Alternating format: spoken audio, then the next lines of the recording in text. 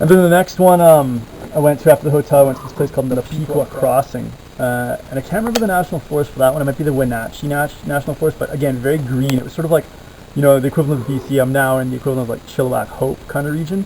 Very green still, cool mountains, really deep forest there.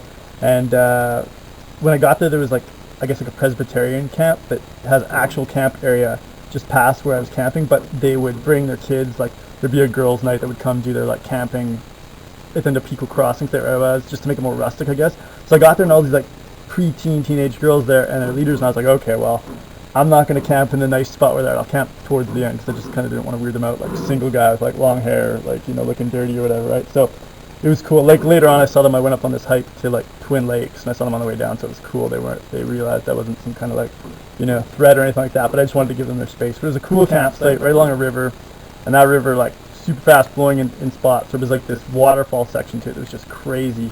That I can show you some footage of. Actually, I will show you some footage of right now. It's just like nuts. It was actually one of the most like powerful elements of nature I've ever seen. Like I was just like, I got like right up close to it on these rocks, but I just like, it wasn't that it was super tall. It was just the amount of force of the water was like mind blowing to me. Like you see sometimes in creeks or in slot canyons how water has like drilled out like these strange, almost like geometric features into rock, and you're like, how can water do that? But like being at this waterfall there, like you can see it was just immense, like so much power or whatever. All this water just rushing down and funneled and just, oh man, it was crazy.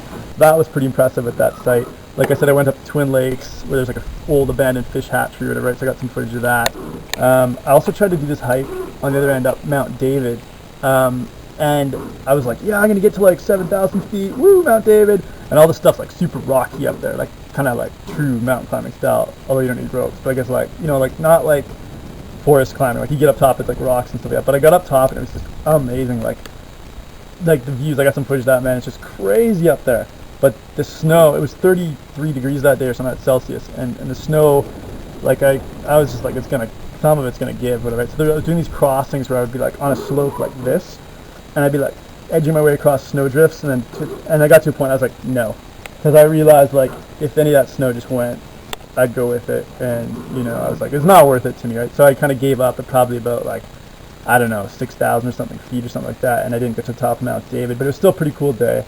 So that was Napeequa. It was awesome. There was also a woman there who was living in a homestead that her dad or granddad had.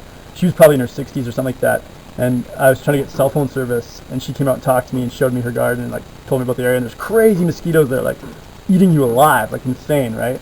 Like on your hands, like just nuts. The worst mosquitoes all trip. But that was sort of just at that like dusk hour or whatever, right?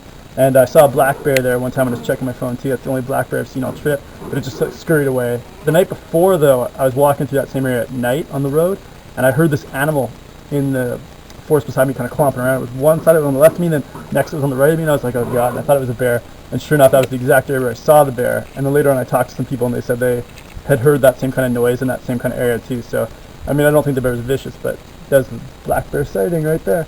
So that was in the Napeequa. I think I got like the whole story about that. It was a really cool spot for sure.